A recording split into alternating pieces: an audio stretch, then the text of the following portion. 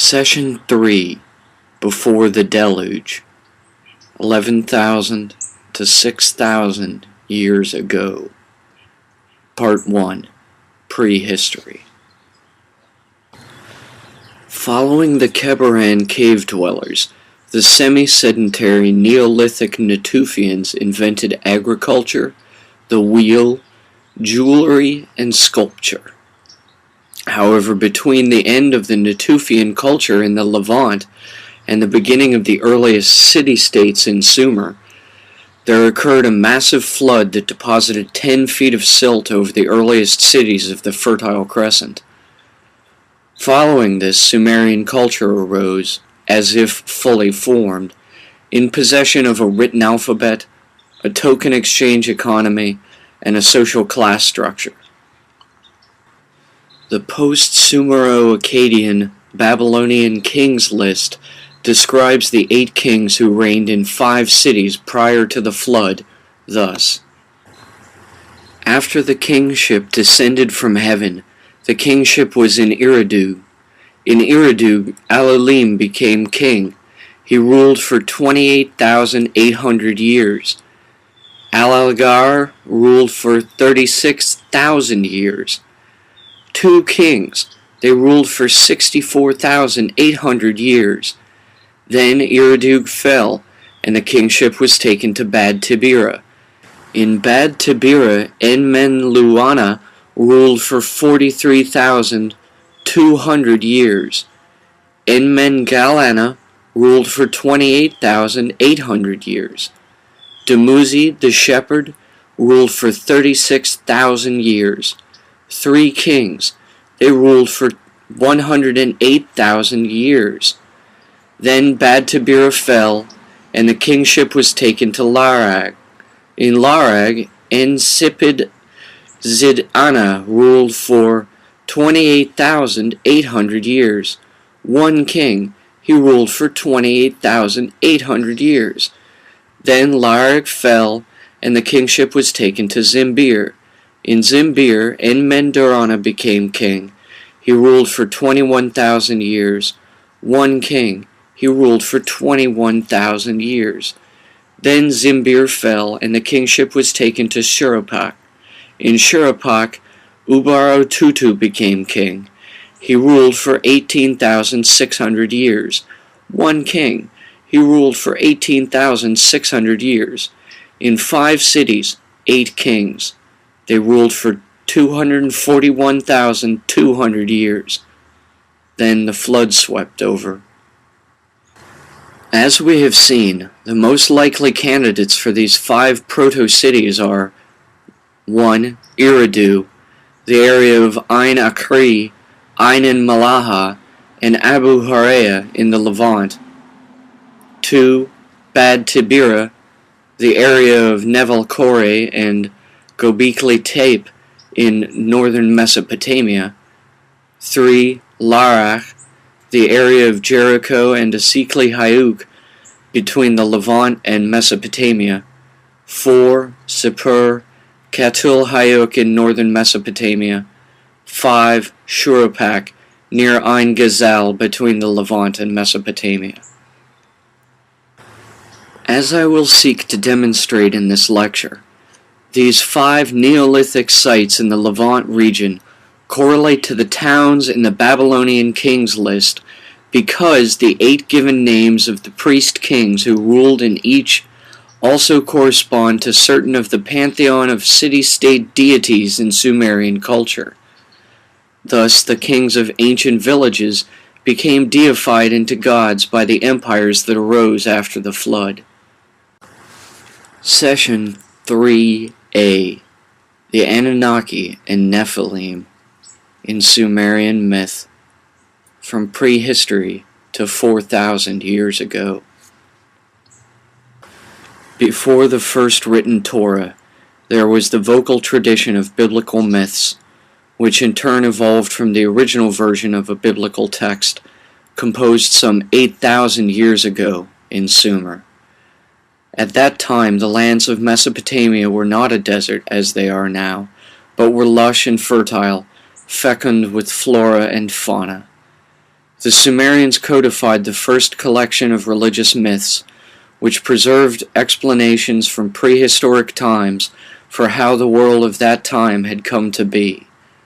For example, this proto-Bible described the reason the Fertile Crescent dried up into a desert as due to a nuclear war between the pantheon that occurred in the region at the end of the Sumero-Akkadian Empire and the beginning of unified Babylon.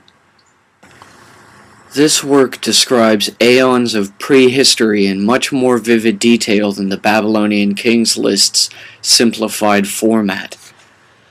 According to the Sumerian Bible, the so-called Book of Enki, the priest-kings of the prehistoric Neolithic settlements were actually extraterrestrial biological entities from a distant brown dwarf sister star to our own sun. They lived on a planet the Sumerians called Nibiru, but by the time of the writing of the Babylonian version of Genesis, the Enuma Elish, the name Nibiru was replaced by the empire's patron deity's name, Marduk. According to the Sumerian Bible of Enki, there were a long line of kings who reigned on the planet Nibiru prior to their discovery of life on our planet, Earth. Finally, it was King Anu, in pursuit of the criminal Alalu, who landed here and saw the potential for interplanetary cultivation by his alien species. Beginning from the earliest carvings in the late Paleolithic, such as the heart-shaped lovers of Annunaki and the Ein Gazal double-headed dolls, we see the motif of the crossbreeding between early hominids and alien gods being portrayed according to the Sumerian interpretation.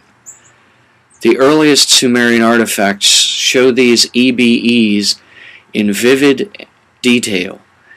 They portray them as the prototypical male and female precursor of Adam and Eve from Genesis. The male has an elongated skull and enlarged, empty, black, almond-shaped eyes. The female has reptilian facial features and nurses a child almost resembling a humanoid dinosaur.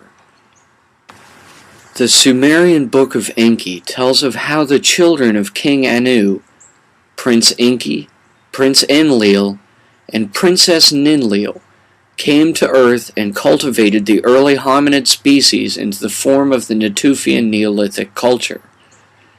It calls this royal family the Annunaki, meaning the Watchers, the original pantheon of Sumer. Those offspring of this royal lineage that were born not on Nibiru but on Earth were called the Nephilim. While the facial features and bone structure of the original Annunaki from Nibiru appear entirely alien, the Nephilim appear as giant humanoids with elongated skulls. It is from the era of rulership by the Anunnaki we credit the discovery of agriculture and art. However, it is from the era of reign by the Nephilim that we trace the origins of writing and the arts. The myths describing the origins of agriculture and animal domestication as gifts from the gods date to the era of the Nephilim rulers, the aliens who were born on Earth. Thus, it is from among the Nephilim generations we find 5 of the 8 pre-diluvial rulers from the Babylonian Kings List, following in generations from the original 3 Anunnaki who ruled Earth. These 3 original gods established their kingdoms in 3 regions. To Enlil, the eldest, went the realm of the Tigris and Euphrates River. To Enki, the younger prince, went the realm of the Egyptian Nile River. To Ninlil, the princess and goddess, went the realm of the Indus and Ganges rivers in the Orient. Of course, by the time of the drying out into a desert of the Fertile Crescent, following the great flood of the Mesopotamian region, the 3 great civilizations had long since developed their own unique cultures, class structures, and metaphysics. By the time the terrestrial Nephilim ruled these regions, Inanna, the granddaughter of Ninlil, ruled the Vedic Aryans, the later Indo-Europeans, in the Orient. Ningish-Zida, the elder son of Enki, ruled Egypt, and the Babylonian patron deity, the younger son of Enki, Marduk, was the god over the culture of Babylon. It was Marduk who would later become Ashur, and in modern times is called Ahura Mazda, the father of Zoroaster, and the god of Zoroastrianism. It was said that, following the nuclear war between the Nephilim that left the Fertile Crescent a desert, when Marduk killed Inanna, whose name in Vedic was Kali, Ningish-Zida, whose name in Egyptian was Thoth, fled to the lands we call today South America.